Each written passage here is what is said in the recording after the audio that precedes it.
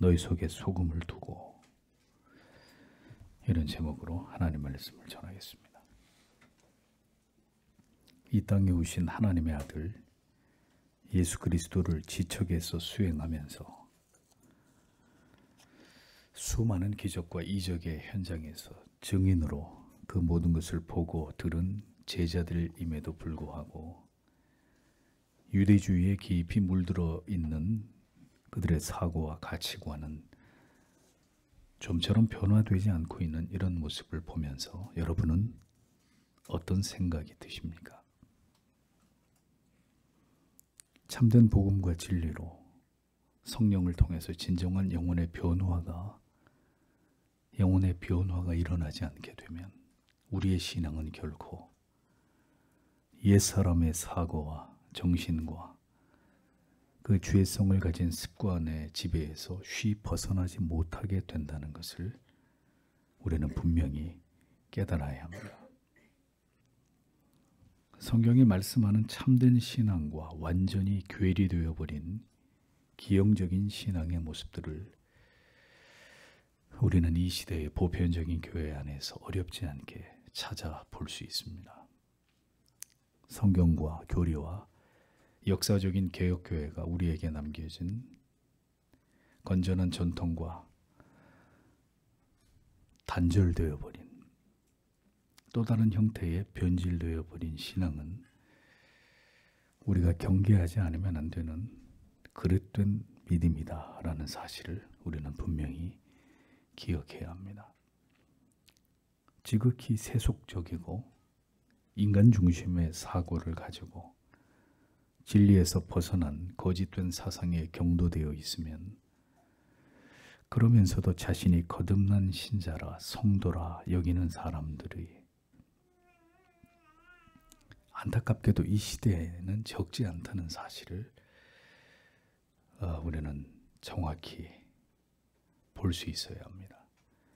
이것이 우리가 오늘도 복음의 참된 의미를 통해서 성경 속에서 깊이 이것을 살피면서 무엇이 구원에 이르는 진정한 믿음인지를 우리가 분명히 상고해 보아야 되는 중요한 이유가 되는 것입니다. 예수님은 틈이 나시는 대로 복음을 전하시면서 주의 죽으심과 부활에 관해서 말씀하셨어도 제자들은 예수 그리스도와 동상이몽으로 전혀 다른 생각에만 몰두하고 있었습니다. 영적인 가치를 말해도 육적인 것에만 여전히 치우쳐 그것에 몰입하고 있는 어리석은 믿음이 예수의 제자들에게서 보였지만 그런 믿음이 지금은 존재하지 않는다 말할 수 있을까요? 성도 여러분, 주일마다 교회에 나오시는 종교적인 습관만으로는 절대로 구원에 이를 수 없다는 것을 기억하십시오. 여러분이 진정으로 예수의 사람이 되어야 하고 오늘 우리 안에 있는 이 추악한 죄된 본성과 치열하게 싸워 나아가는 그 삶의 증거가 우리에게 있어야 합니다.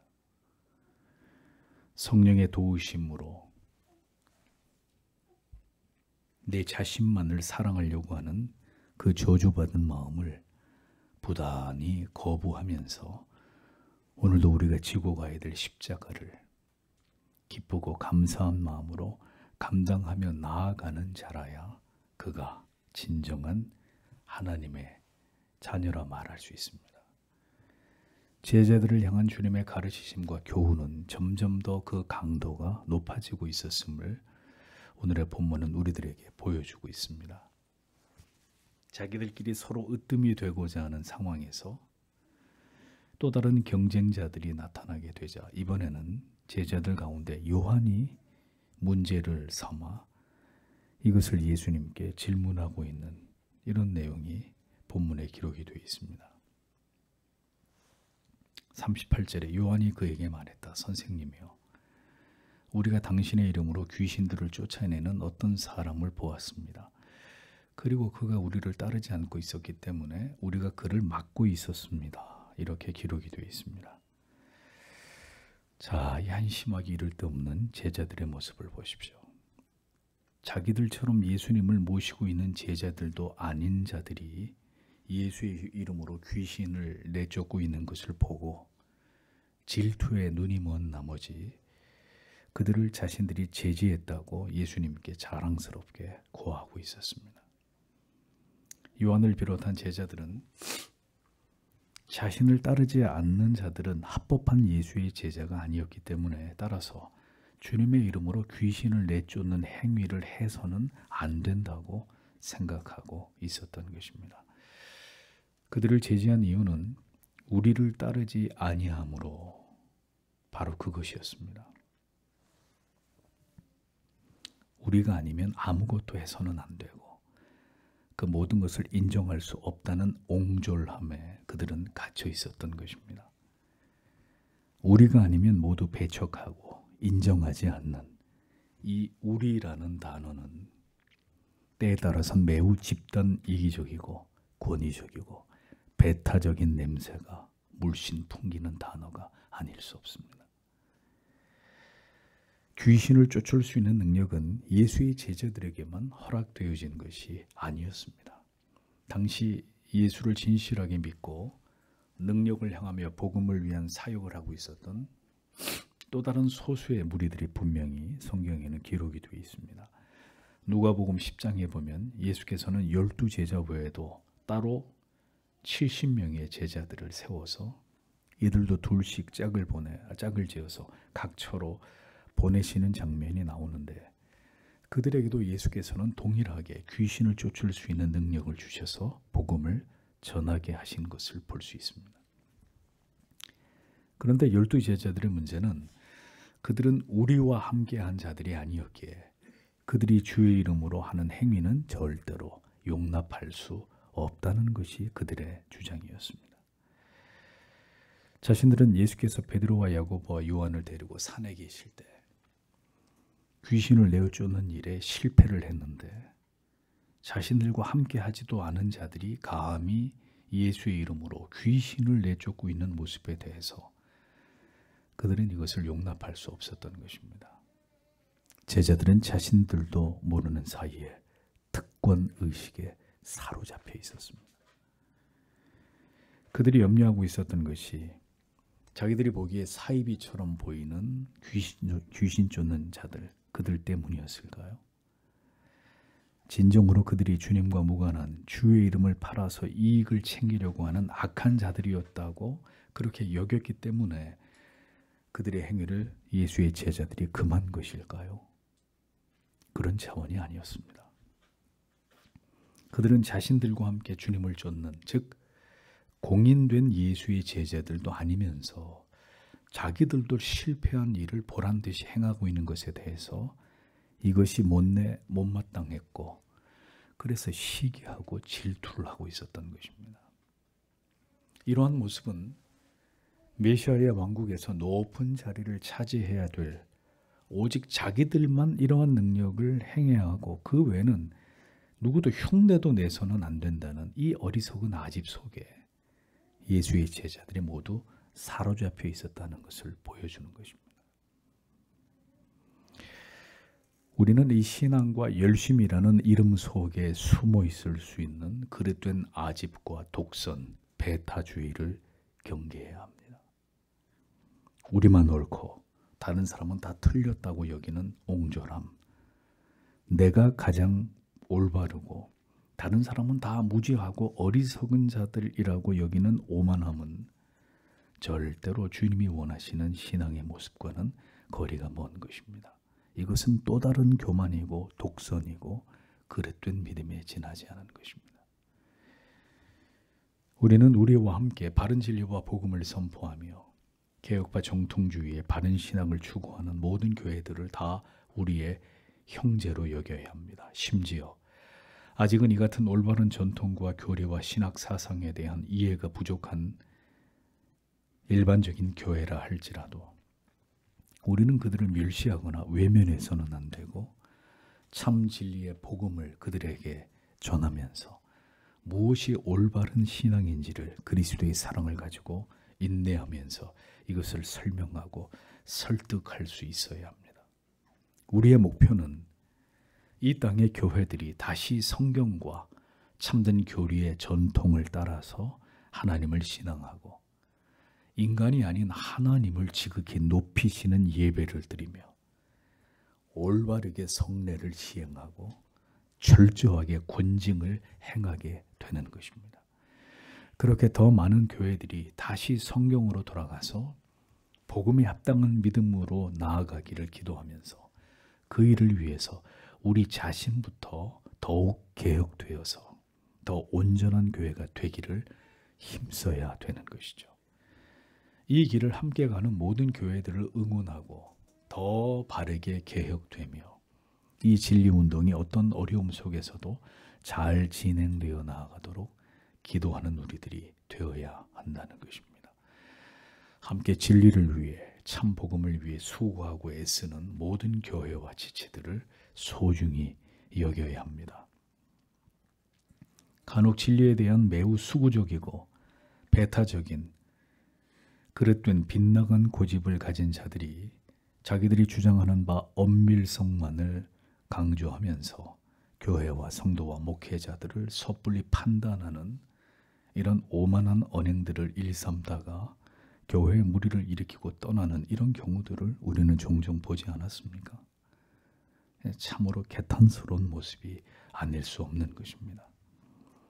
주께서 부디 우리에게 올바른 깨달음과 은혜를 주셔서 우리가 원하는 길이 아니라 오직 주께서 원하시는 길로 함께 나아가게 되기를 소원합니다. 요한에 대해서 주님께서 뭐라고 답을 하셨는지를 보십시오. 39절 40절에 그러나 예수께서 말씀하셨다. 너희는 그를 막지 말라. 왜냐하면 나의 이름으로 능력을 행하고 즉시 나를 비난할 수 있는 사람이 아무도 없기 때문이다. 왜냐하면 우리를 반대하지 않는 사람은 우리를 위하여 있기 때문이다. 이렇게 말씀하셨습니다. 요한의 말에 대해서 주님이 하신 답변은 금하지 말라 였습니다. 그들을 막지 말라는 뜻입니다. 이와 같은 장면은 구약에서도 등장합니다. 민수기 11장에서 모세의 시대에 엘닷과 메닷이 성령을 통해서 진중에서 예언을 하자 회막에 나아가서 70명의 장로들과 함께 하나님의 임재를 맞이하고 있던 여호수아는 이 소식을 듣고 모세에게 이것을 제지할 것을 요청하게 되죠. 그러나 모세는 민수기 11장 29절에서 모세가 그에게 이르되 네가 나를 위하여 시기하느냐 여호와께서 그 신을 그 모든 백성에게 주사 다 선지자 되게 하시기를 원하노라. 이렇게 모세가 여호수아에게 말하고 있는 것을 보게 됩니다. 예수님의 제자들의 마음속에 일어나고 있던 시기와 질투를 보신 예수께서는 즉시 제자들에게 그들을 막지 말라고 말씀하셨습니다. 제자들이 진정으로 주님을 위하고 오직 복음을 위한다면 그런 일들을 막을 이유가 없었을 것입니다. 그러나 그들의 마음은 지금 메시아의 왕국에서 오직 그들만 높임을 받아야 된다고 하는 이 그릇된 야망의 지배를 받고 있었기 때문에 이런 일에 대해서도 발끈하는 모습을 보이고 있었던 것입니다. 예수의 이름으로 귀신을 내어쫓는 능력을 행하던 자들이 돌변해서 예수를 비난하는 일은 일어날 수 없는 일이라고 주님은 말씀하셨습니다. 귀신을 내어쫓는 일을 귀신이 행하는 것이 아니라 주의 영이 행하시는 일이라면 성령을 통해서 그 일을 행하는 자가 예수를 비방하고 거스르는 일은 일어날 수 없는 일이다. 이것이 주님의 논리였습니다. 같은 영을 받은 하나님의 자녀들이 어떻게 서로 싸우고 비방하고 인정하지 않으려고 하는 일이 일어날 수 있겠습니까? 같은 복음을 듣고 성령에 의해서 참 구원의 길을 가는 성도들끼리 어떻게 원수가 되고 서로 미워하고 증오하고 반목하고 이런 일들이 일어난단 말입니까?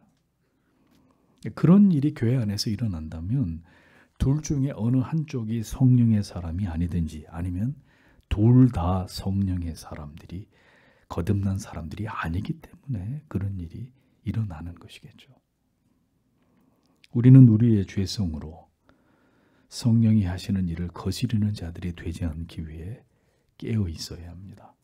참된 교회가 아니고 바른 진리를 전하지 않는다면 그것은 칼빈을 비롯한 개혁가들이 그토록 가톨릭 교회를, 교황주의를 비판했듯이 우리 또한 진리로 바른 교리와 신학으로 비판하면서 무지를 일깨우고 성도를 보호해야 하지만 함께 바른 진리의 길을 가는 교회와 성도들에 대해서는 우리는 연합하고 그들을 보호하고 섬기며 함께 진리를 위해 동맹하는 자들이 되어야 합니다.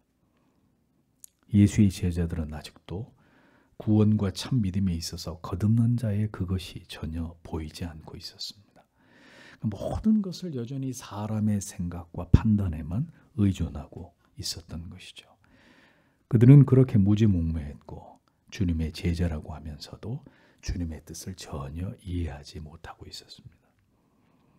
예수께로부터 직접 가르침을 받았다고 하는 제자들조차도 이런 시기가 있었다면 우리는 어떻겠습니까? 성령이 그들을 깨우고 그들에게 지성과 지식을 갖게 하므로 예수 그리스도의 복음을 온전히 깨닫고 이해하게 만들기 전까지 그들은 그렇게 우매하게 이를 데 없었습니다. 성도 여러분, 우리에게도 성령께서 우리의 눈과 귀를, 우리의 마음을 열어주셔서 이 모든 진리를 잘 흡수하고 진정으로 우리가 깨어져서 예수 그리스도의 사람이 될 수 있기를 기도해야 합니다. 그렇지 않으면 주일에 교회에 나와서 예배 드릴 뿐 세상에 나아가면 불신자들보다 더 악한 자들이 될 수도 있습니다. 여전히 진리와 우리의 생각이, 우리의 지극히 사악한 죄성이 충돌하고 있다는 것은 여전히 우리가 아직도 성숙한 믿음의 단계에 이르지 않았음을 보여주는 방증이라는 것을 아셔야 합니다. 우리의 속 사람이 능력으로 강건케 되기를 날마다 기도하고 또 기도해야 합니다. 예수께서는 성령을 통해서 귀신을 내쫓던 12제자 외에 다른 자들이 존재하고 있다는 사실을 이미 알고 계셨습니다. 그러했기에 성령을 통해 그 같은 일을 행하는 자 가운데는 즉시 돌아서서 나를 비방할 자가 아무도 없다고 제자들에게 단언하신 것입니다. 바울 사도도 이와 비슷한 말을 한 것을 볼 수 있죠. 빌립보서 1장 15절에서 18절에 이렇게 기록되어 있습니다. 어떤 이들은 투교와 분쟁으로, 어떤 이들은 착한 뜻으로 그리스도를 전파하니 이들은 내가 복음을 변명하기 위하여 세우심을 받은 줄 알고 사랑으로 하나 저들은 나의 매임에 괴로움을 더하게 할 줄을 생각하여 순종치 못하게 다툼으로 그리스도를 전파하느니라. 그러면 무엇이뇨? 외모로 하나 참으로 하나 무슨 방도로 하든지 전파되는 것은 그리스도니 이로써 내가 기뻐하고 또한 기뻐하리라. 이런 말씀이 기록되어 있습니다. 바울은 두 종류의 복음 전파자들이 있다고 말합니다. 하나는 선하고 신실한 복음 전파자요, 또 하나는 싹군 같은 그릇된 복음 전파자들이라는 겁니다. 그럼에도 불구하고 이들 모두가 복음을 전한다면 그 복음을 통해서 주님을 만나게 될 영혼들 때문에 나는 너무너무 기뻐할 것이다. 이렇게 말씀하고 있습니다. 난해한 말씀입니다. 모든 교회들이 복음을 전하고 그 복음을 전하는 전도자가 진실하건 거짓되건 간에 그 복음의 내용이 정확하고 순수하다면 여러분, 회심의 역사가 일어날까요? 일어나지 않을까요? 예수를 믿게 되는 역사가 일어납니다. 그러나 그 이후에 진리 안에서 성화되어 가고 그 믿음이 바르게 성숙해 나아가는 것은 별개의 문제가 되는 것입니다. 바울이 복음을 전하게, 바울은 복음이 전해지게 되는 단지 그리스도가 전파되는 이 일에 대해서만큼은 참으로 하나 무슨 방도로 하든지 복음이 전해지는 것은 기뻐할 일이다 이렇게 분명히 말했습니다.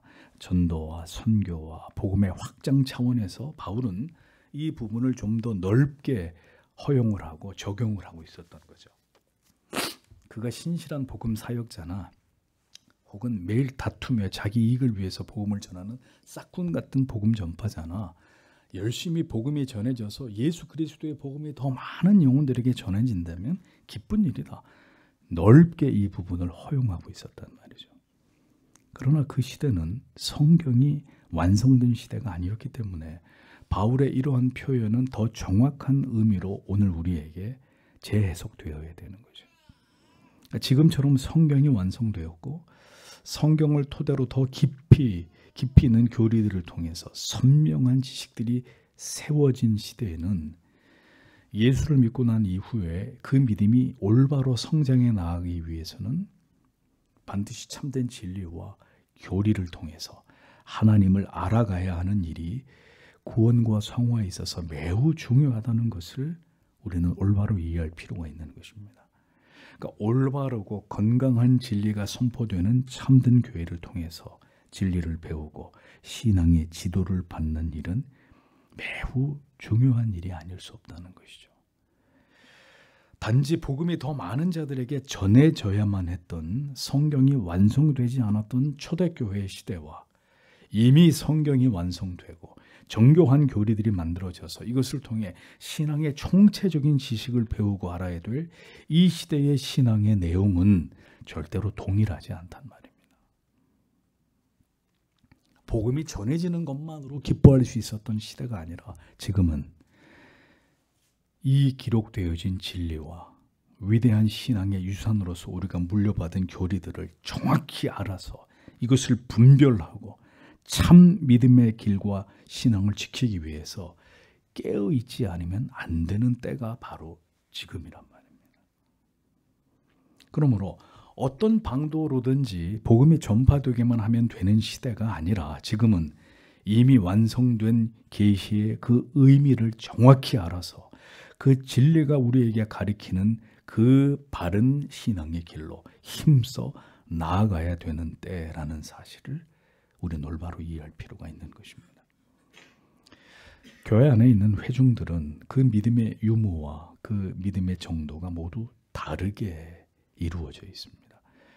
그렇기 때문에 절대로 신자들끼리는 서로 정죄하거나 판단하거나 누가 더 옳으냐 바르냐 이런 문제를 가지고 경쟁을 해서는 안 됩니다.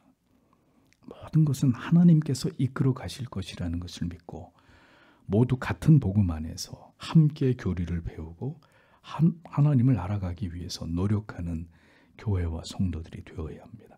이것이 바람직한 신앙의 모습입니다. 신앙의 옳고 그름을 더 바르고 바르지 않고를 따지고 트집 잡는 것은 공동체 안에서 갈등과 분열을 획책하는 일이 될 뿐입니다. 우리에게는 그런 자격을 주지 않았다는 사실을 잊어서는 안 됩니다. 주님은 우리를 반대하지 않는 자는 우리를 위하는 자라고 정의하셨습니다. 병행 본문인 마태복음 12장 30절에 이렇게 기록이 되어 있죠. 나와 함께하지 아니하는 자는 나를 반대하는 자요.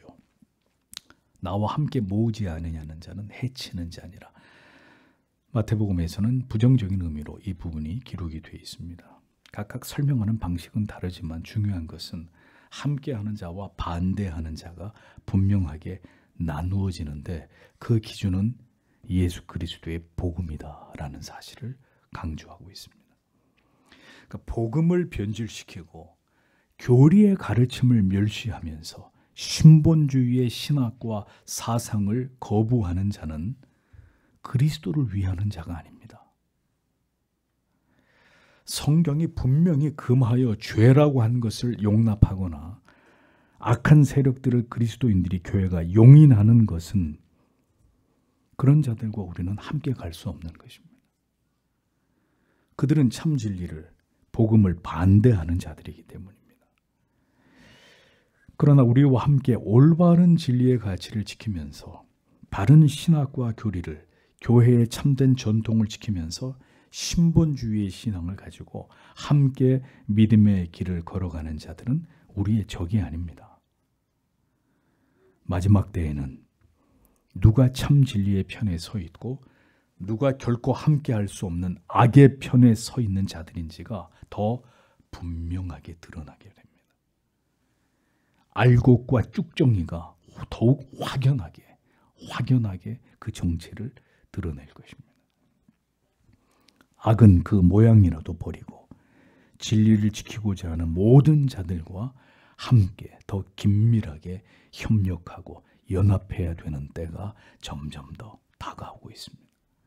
주님은 이어서 그리스도인들의 연합과 사랑과 섬김의 중요성에 대해서 교훈하셨습니다. 41절에 그러므로 누구든지 그리스도의 사람이라는 이름으로 물 한 잔을 너희에게 마시게 한다면 진실로 내가 너희에게 말한다. 그는 결코 그의 상을 잃지 않는다는 것을 이라고 기록되어 있습니다.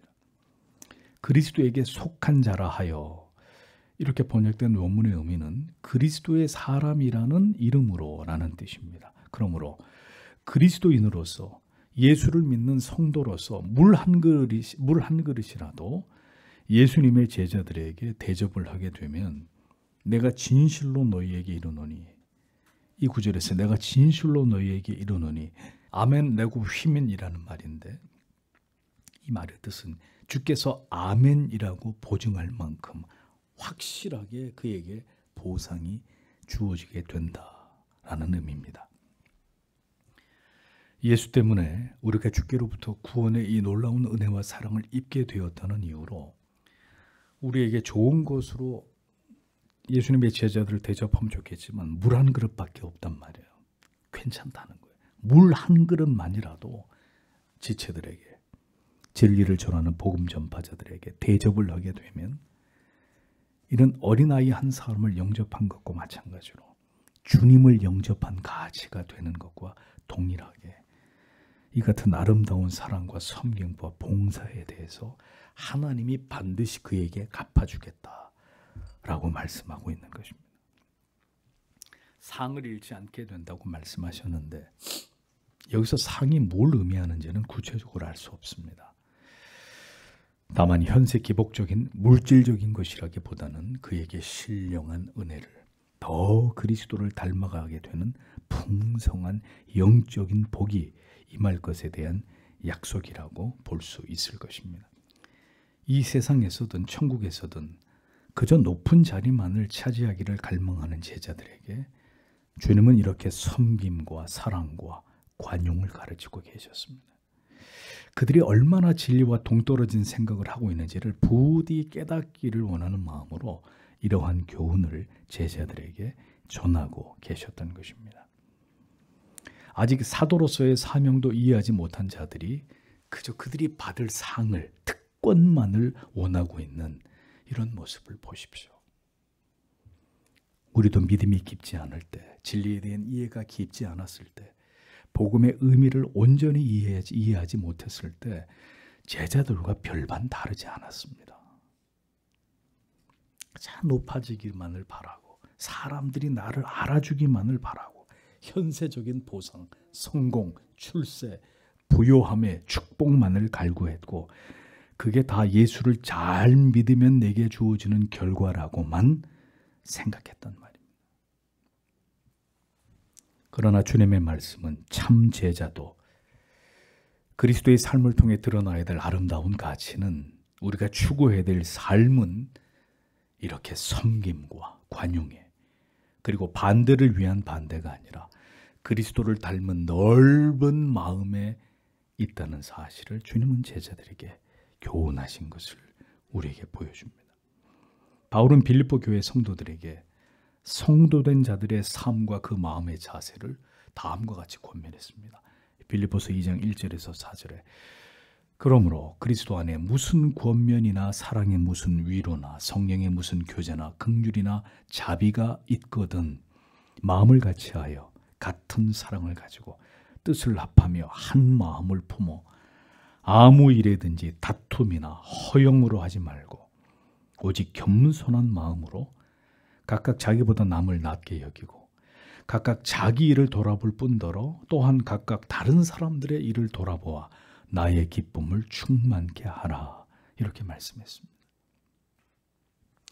이런 것이, 이런 가치를 지향하는 것이 그리스도 예수 안에서 그 뒤를 따라가고 있는 성도의 삶이라는 사실을 성경은 우리에게 보여주고 있는 것입니다. 세상에서 가장 나쁜 그리스도인이 어떤 그리스도인이냐? 그리스도인이라고 보기조차도 어려운 사람이 누구냐? 이기적인 사람입니다. 자기 자신만을 위해서 살아가는 사람들, 그리스도인이 아닙니다.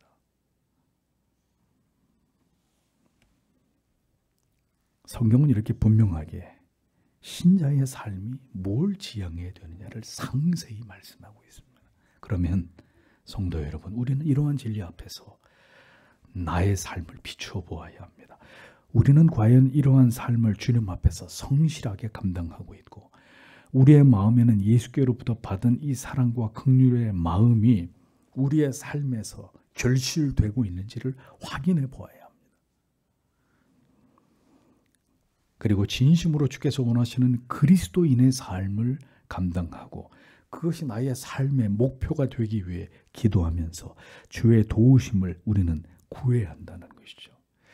이런 탁월한 진리의 체계를 이야기해 주어도 집에 돌아가면 자기들밖에 모르는 그리스도인들이 있습니다. 전혀 가족들을 위해 희생하지 않고 봉사하지 않고 오직 그냥 자기 자신만을 위해서 살아가고 있는 하나님의 말씀에 이것을 귀로만 들어서는 안 되고 마음으로 이 말씀을 받고 우리 자신을 깊이 성찰하셔야 합니다. 내가 과연 이 진리의 말씀대로 살아가고 있는지, 이것을 통해 하나님의 이름의 영광을 돌리고 있는지를 생각해 보셔야 합니다. 42절을 보겠습니다. 그리고 누구든지 나를 믿는 이 작은 자들 중에 하나를 범죄하게 한다면 그것은 차라리 그에게 더 좋다. 만일 당나귀가 끄는 맷돌이 그의 목에 달려져서 그가 바다에 던져졌다면, 이렇게 기록이 되어 있습니다. 그리스도께서는 제자들에게 어린 영혼들이라 할지라도 모든 영혼들에 대해서 얼마나 막중한 책임감을 가져야 하는지를 이어 교훈하셨습니다. 아이들을 천대하고 지극히 소홀히 여기는 유대 사회 속에서, 그러나 복음 전도자로서의 제자들은 어린 영혼에 대해서도 어떤 열정과 영적인 책임감을 가져야 되는지를 매우 강도 높게 주님이 말씀하셨습니다. 메시아의 왕국에서 그저 한 자리를 차지하는 데만 온통 마음이 가득 차 있는 제자들에게 이 같은 진리가 귀에 들릴 까닭이 만무했지만, 주님은 그들이 반드시 기억해야 될, 시간이 많이 지났어도 그들이 반드시 알아야 될 진리를 그들의 귀에 박아 넣으셨습니다. 여기서 소자란 비단 어린 아이만을 의미하는 것은 아닙니다. 공동체 안에서 아직 믿음이 없거나 연약해서 쉽게 상처를 받고 시험에 들고 의심하는 자들을 비롯해서 더 넓게는 세상에서 소외당하고 있는, 멸시와 천대를 당하고 있는 모든 자들을 가리킨다고 볼 수 있습니다. 실족해하면이라고 번역된 스탄달리세라는 단어는 걸려 넘어지게 하다, 죄를 짓게 하다, 배반하게 하다, 이런 뜻입니다. 따라서 믿음이 연약한 한 영혼을 시험에 들게 하거나 믿음에서 떠나게 만든다거나 마음의 상처를 받아서 낙심하게 만드는 이런 일들을 가리키는 것입니다. 그래서 성도 여러분, 먼저 예수를 믿은 자들의 영적인 성숙함과 지혜와 명철이 이렇게 중요한 거라는 거죠. 교회를 오래 다녔어도 영적으로 성숙하지 못합니다. 지혜롭지가 못합니다. 그래서 영적으로 미숙한 소자들을 늘 실족하게 만들고 시험에 들게 하고 낙심하게 만드는 어리석음을 범하게 된다면, 예수님은 그런 자들에게 매우 강도 높은 저주를 퍼붓습니다. 아주 두려운 경고의 말씀을 하고 있는데 그게 뭐냐? 차라리 연자 맷돌을 그 목에 달리우고 바다에 던지움이 나으리라. 이 온유하시고 사랑이 많으신 예수님이 영혼을 실족하게 하는 자 차라리 수장을 시켜버려라. 목에다 연자 맷돌을 달아서 깊은 물에 던져서 죽이는 게 차라리 낫다. 이렇게 엄청난 말씀을 하셨습니다. 믿음이 연약한 자를 실족하게 만들거든 그 사람을 곡식을 가는 도구인 당나귀가 끄는 연자 맷돌, 그것을 목에 달아서 물에 빠뜨려 죽게 하는 게 훨씬 나은 것이다. 연자 맷돌은 여인들이 집에서 가는 이런 맷돌, 이 정도의 크기의 맷돌이 아닙니다. 짐승이 끄는, 가축이 끌던 큰 맷돌을 가리키는. 그런데 여러분, 이런 맷돌을 목에 달아서 깊은 바다에 빠뜨려 죽이는 이 사용법이 실제로 있었습니다. 페루나나 공공에 큰 악을 끼친 자들에게 실제로 그들에게 집행됐던 사용법인데, 로마나 헬라나 시리아에서 이런 사용법이 실제로 행해졌다는 겁니다. 어린아이나 믿음이 깊지 않은 연약한 지체를 실족하게 만들고 그를 시험에 들게 만드는 일에 관해서 주님이 이것이 얼마나 큰 죄가 되는지를 예수님의 제자들에게 강력하게 경고하신 것입니다. 너희가 사도가 되거든, 너희가 영혼을 맡은 자가 되거든, 절대로 믿음이 연약한 자를 실족하게 해서는 안 된다. 그러면 차라리 물에 빠져 죽는 게 더 나은 것이다. 이것만큼 무서운 말씀이 어디 있습니까? 먼저 믿은 분들에게 지혜가 필요하고 영혼을 사랑하는 마음이 필요합니다. 성숙한 그리스도인들이 되셔야 합니다. 똑같은 말이라도 그 말을 듣는 믿음이 연약한 사람들을 배려해서 지혜롭게 할 수 있는 말과 행동도 기어이 과격하게 혹은 본이 되지 않으므로, 그래서 기어이 영혼을 실족하게 만들고 시험에 들게 하는 일은 뭐 그냥 그럴 수 있지, 그런 일이 아니라 연자 맷돌을 목에 매어서 그를 물에 빠져 죽게 하는 편이 더 낫다고 하실 만큼 엄중한 죄가 된다. 아주 엄중한 죄가 된다. 주님이 말씀하셨습니다. 그러니 믿음이 연약한 지체들 앞에서 성숙한 그리스도인들은 모든 것을 삼가 조심해서 믿음의 본이 되어야 하고 그들을 잘 이끌어가는 역할을 감당하셔야 되는 것입니다. 예수께서 제자들에게 너희가 사도가 되어 복음을 전하고 영혼을 섬길 때 이와 같은 진리를 반드시 기억해서 삶과 두려움으로 영혼들을 진리로 인도해야 될 것을 당부하신 것입니다. 오늘 우리는 얼마나 쉽게 우리의 말로서 믿음이 연약한 자들을 판단하고 정죄하고 그들 넘어지게 하는 죄를 범하고 있는지를 생각해 보십시오. 사도 바울은 고린도전서 8장에서 우상에게 바친 제물을 먹는 문제를 두고 믿음이 연약한 자들을 충분히 배려해야 된다고 이 필요성을 역설했습니다. 9절에 그런즉 너희 자유함이 약한 자들에게 거치는 것이 되지 않도록 조심하라. 11절에서 13절에 그런즉 네 지식으로 그 약한 자가 멸망하나니 그는 그리스도께서 위하여 죽으신 형제라. 이같이 너희가 형제에게 죄를 지어 그 약한 양심을 상하게 하는 것이 곧 그리스도에게 죄를 짓는 것이니라. 그러므로 만일 식물이 내 형제를 실족해 하면 나는 영원히 고기를 먹지 아니하여 내 형제를 실족치 않게 하리라. 믿음이 연약한 자들이 실족하게 될 것에 대해서 이같이 배려하는 사도의 모습을 보십시오. 더 넓은 그릇 안에 작은 그릇이 담겨지듯이 믿음이 연약한 자들에 대한 사랑의 배려가 공동체 안에서 반드시 필요합니다. 그래서 성도의 음주는 믿지 않는 자에게나 믿음이 연약한 자들에게 그들을 넘어지게 하는 일이 될 수 있기 때문에 금해야 되는 일입니다. 교회 안에서의 성도의 과격한 언행 또한 믿음이 연약한 자들을 실족하게 만드는 원인이 된단 말이에요. 또 여러분의 배우자를 향한 혹은 자녀들을 향한 폭언이나 그들의 마음을 깊이 핥혀 상하게 하는 일이나 그들을 넘어지게 하는 이 모두가 다 악한 죄라는 걸 알아야 합니다. 부디 주님이 사랑하시는 성도 여러분 깨달으십시오. 그리고 그 죄악에서 벗어나기를 위해서 기도하십시오. 우리는 그리스도의 자녀들이 아닙니까? 부끄러워해야 되고 철저하게 회개하고 주께서 나를 변화시켜 주시기를 기도해야 되는 것입니다. 타인의 영혼을 넘어지게 하느니 차라리 그에게 맷돌을 목에 매어 물에 빠뜨려 죽게 하는 게 낫다고 이렇게까지 하실 만큼 이것은 엄중한 죄가 된다는 사실을 기억하십시오. 43절에서 48절까지 보겠습니다.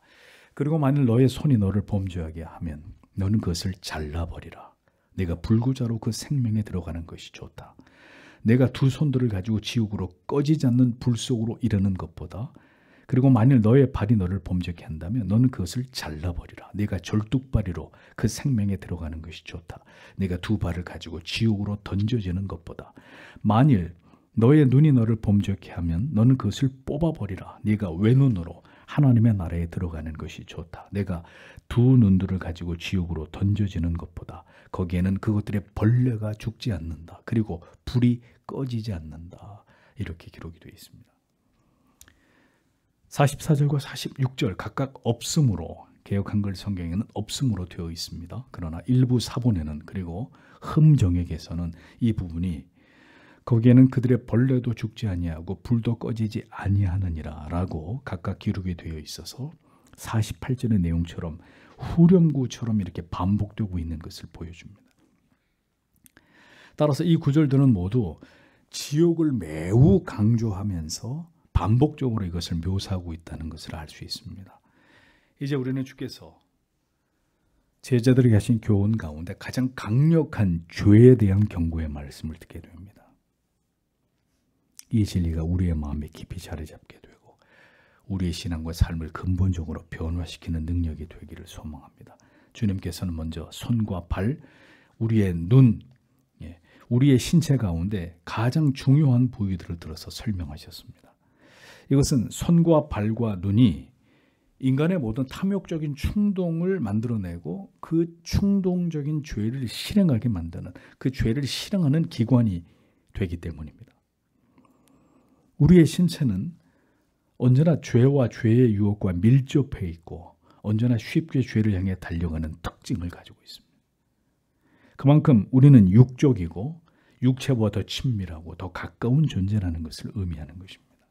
주님께서는 우리의 손과 발이 범죄하게 되면 그 두 손과 두 발 가운데 하나를 찍어서 잘라내 버리고 구원과 영생을 얻는 게 낫다. 이렇게 말씀하십니다. 눈이 죄를 범할 것 같으면 두 눈 중에 한 눈은 빼버리고 하나님의 나라에 들어가는 것이 더 낫다고 말씀하십니다. 두 손, 두 발, 두 눈을 다 가지고 지옥에 가는 것보다 하나씩 잘라내고 그 하나를 빼내고서라도 영생에 들어가는 것이 분명 더 나은 가치다라고 말씀하셨습니다. 이렇게 강력한 경고의 말씀에 그 참된 뜻이 무엇일까요? 정말 신체의 일부를 잘라내라고 우리에게 요구하시는 것일까요? 이 말씀의 의미는 죄로부터 돌이키기 위해서는 우리가 생각한 것보다 훨씬 더 결연한 의지와 결단이 필요하다는 사실을 강조하시는 것입니다. 죄의 원인, 죄악을 범하는 근원적인 문제를 그대로 두고 있으면서 그렇게 양다리를 걸치고 적당히 하나님을 신앙하다가는 지옥에 갈 수 있다. 주님이 지엄하게 경고하시는 거예요.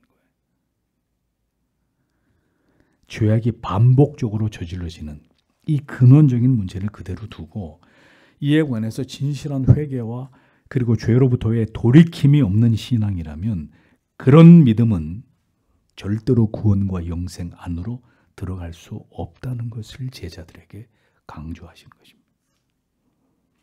손과 발을 잘라내고 눈을 도려낼 수 없으니 자 그러면 이 죄의 문제를 다룸에 있어서 우리에게 요구하시는 아주 강조해서 요구하시는 게 뭘까요? 뭘까요?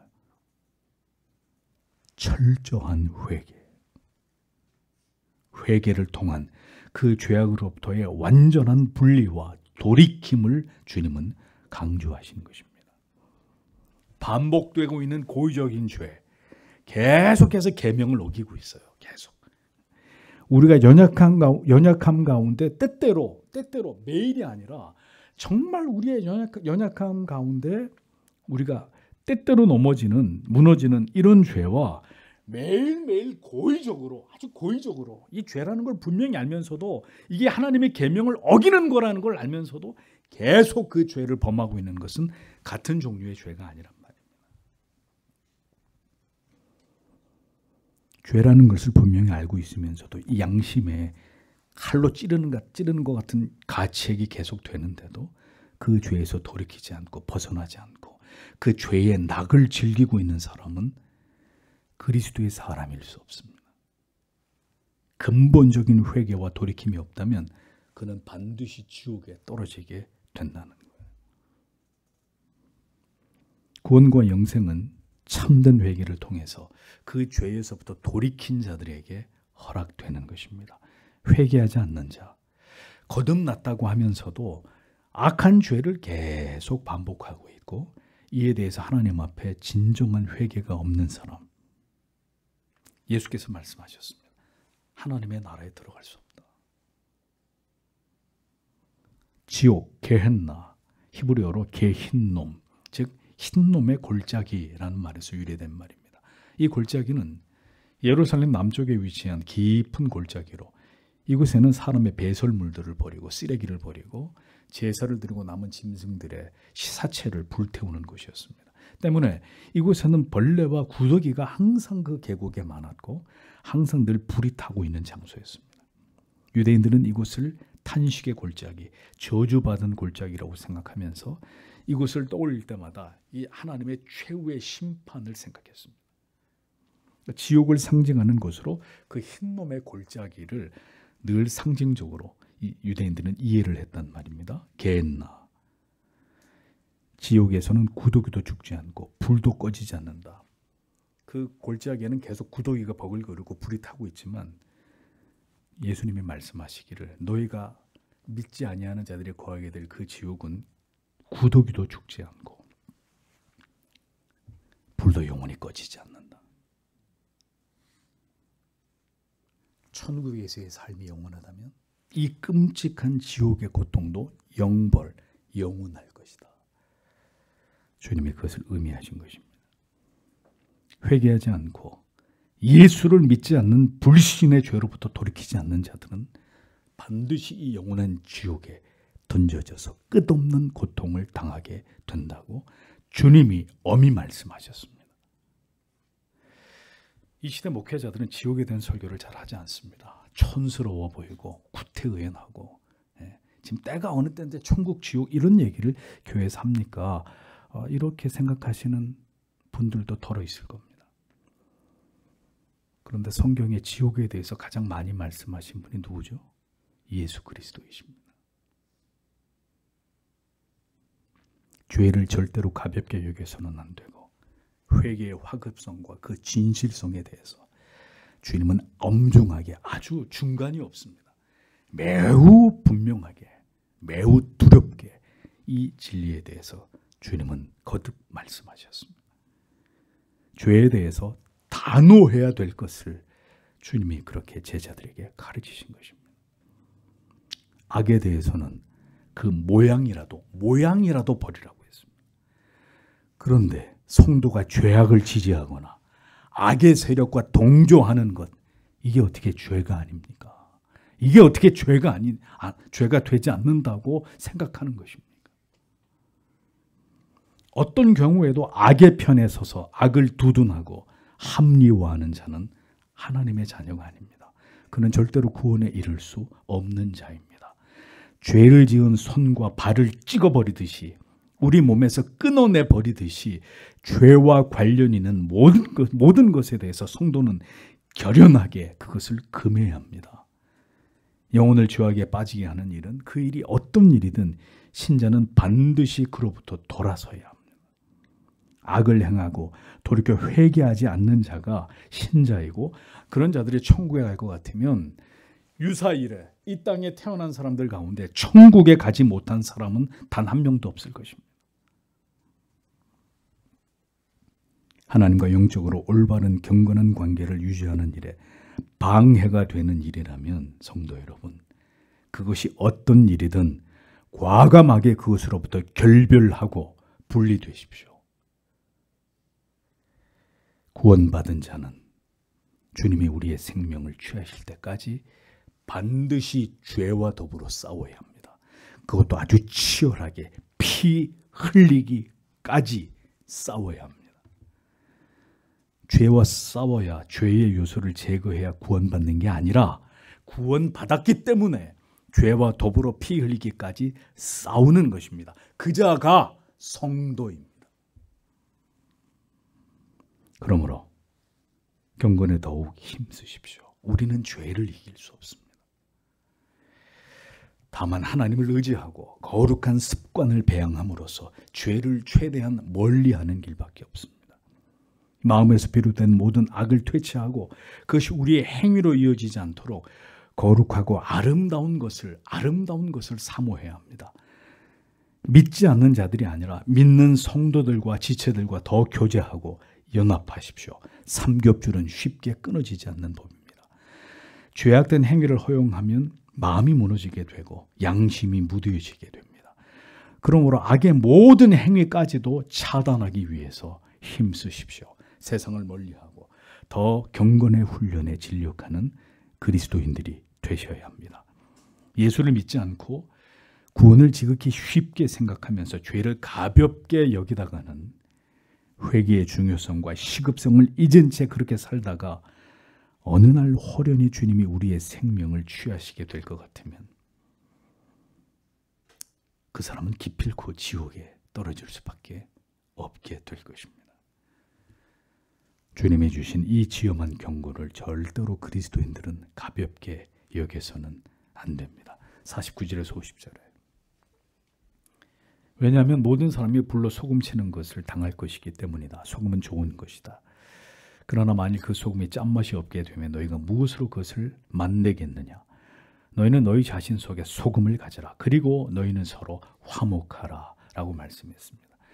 불로 소금 치듯 한다. 이 구절은 매우 난해한 구절인데 두 가지로 크게 해석이 됩니다. 하나는 불로 소금을 치다라는 의미를 종말에 이루어질 하나님의 두려운 형벌로 재물에 소금을 쳐서 정결하게 하듯이 하나님의 죄인을 향한 징벌이 모든 사람들에게 임함으로 그들의 죄를 소멸케 하고 그들을 정하게 하시는 최종적인 심판이 이루어질 것이라는 해석입니다. 또 다른 해석은 모세 율법에 따르면 앞에 얘기한 대로 구약의 제사 가운데 특별히 소제를 비롯한 여러 제사를 드릴 때 반드시 하나님께 드리는 제물에 소금을 쳤습니다.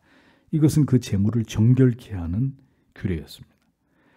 불은 성령이 주시는 시련과 고난이라고 볼 때 고난을 통해서 우리를 더 정결케 하시는 하나님의 섭리를 경험하게 될 것이라는 의미가 됩니다. 우리의 죄를 속하고 우리를 더 순결하고 거룩한 하나님의 백성 되게 하시기 위해서 하나님이 여러 불같은 시험을 통해서 혹은 성령의 불로 우리의 죄성을 소멸하시며 우리를 소금치듯 더 하나님 앞에 정결하게 만드시고 다듬어 가실 것이라는 것을 주님이 말씀하신 것으로 볼 수 있는 것입니다. 중요한 것은 마지막 때에 하나님의 심판이 이루어질 것이고 그렇게 되기까지 성령의 불은 우리를 더 정결하게 하고 마지막 때를 준비하게 하기 위해서 성도와 교회를 더 성결하게 정화시키는 일을 하나님이 당신의 교회 안에서 행하실 것이라는 사실을 교훈하신 것입니다. 소금이 맛을 잃어버리면 무엇으로 짠맛을 낼 수 있겠느냐 주님이 물으셨습니다. 소금이 맛을 잃어버린다 굉장히 모순된 표현인데 이 안에 어떤 의미가 담겨 있는지를 생각해 볼 필요가 있습니다. 소금은 지금도 그렇지만 당시에도 없어서는 안 될 조미료이자 음식의 부패를 막는 방부제로 요긴하게 쓰였습니다. 지금이야 어렵지 않게 어디 가든 소금을 구하는 일이 쉬운 일이지만 그 당시에는 식용의 소금을 구하는 일이 쉽지 않았습니다. 당시 소금은 사해 근방의 암석이나 늪지대, 갯벌 등지에서 생산이 되었고 지금처럼 순수한 소금이 아니라 흙이나 다른 이물질들이 소금과 많이 뒤섞여 있었습니다. 그러니까 지금처럼 이렇게 위생적이고 깨끗한 소금이 아니었던 얘기죠. 그래서 소금의 함유량이 높으면 소금으로 사용이 가능했지만 이물질이 많이 함유되어서 소금기가 거의 사라지게 된 경우라면 짠맛이 소멸되어 있기 때문에 소금의 역할을 할 수 없어서 쓸모없는 것이 되고 말았다는 거죠. 그래서 병행구절인 누가복음 14장 35절을 보면 땅에도 거름에도 쓸데없어 내어버리느니라 이런 말씀이 기록되어 있고 마태복음 5장 13절에는 후에는 아무 쓸데없어 다만 밖에 버리워 사람들에게 밟힐 뿐이니라 라고 기록되어 있는 것을 볼 수 있습니다. 그러니까 소금의 함유량이 높아야 이 소금의 가치가 있는 법인데 순수한 소금보다 이물질이 더 많으면 소금으로 인정을 받지 못했기 때문에 길바닥에 그냥 버려지는 일들이 허다했다는 거죠. 자, 이 의미를 깊이 묵상해 보십시오. 순수한 소금이어야 된다. 이물질이 많으면 소금의 가치를 상실했다는 것인데 그러면 우리는 순수한 그리스도인입니까?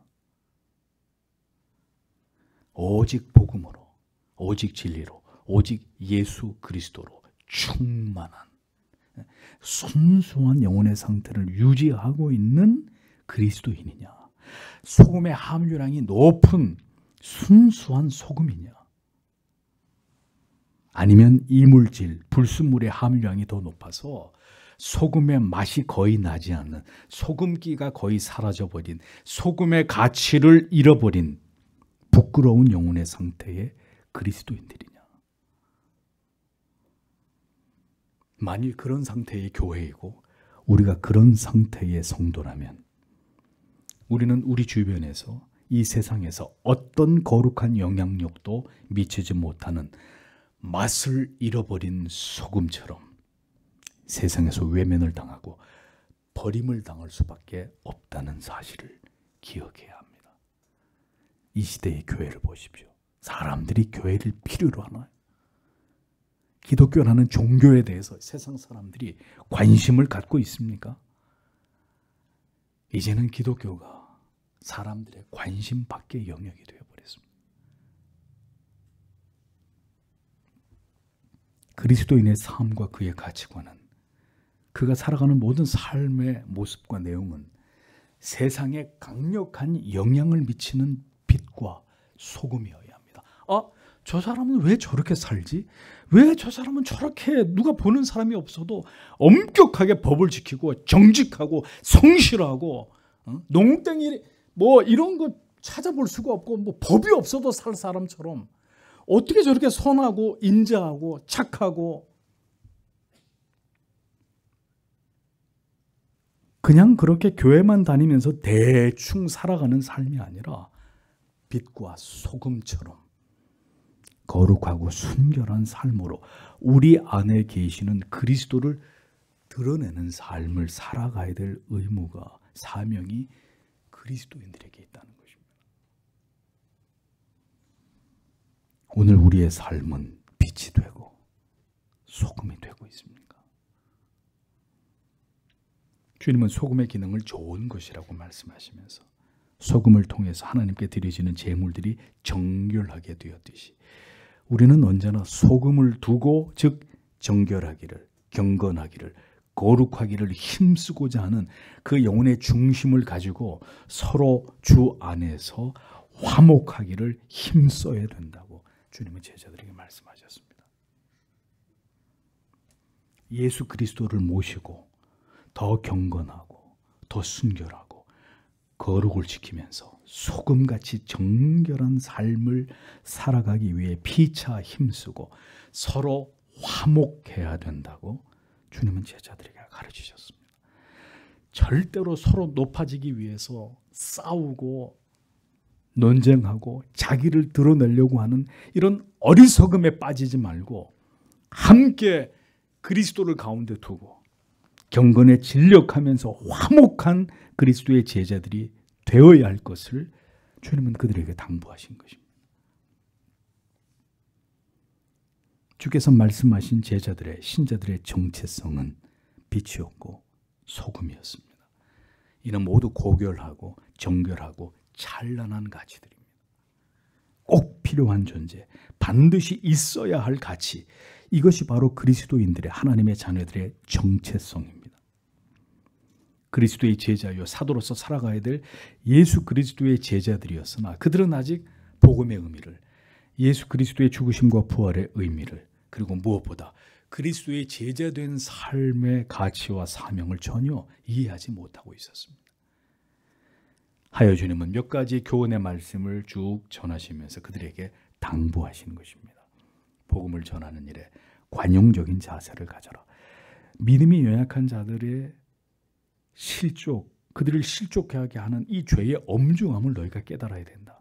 죄에 대해서는 단호한 태도와 그리고 거룩과 성결에 대해서의 그 삶의 중요성에 대해서 주님은 계속 제자들에게 이것을 가르치고 교훈하신 것입니다.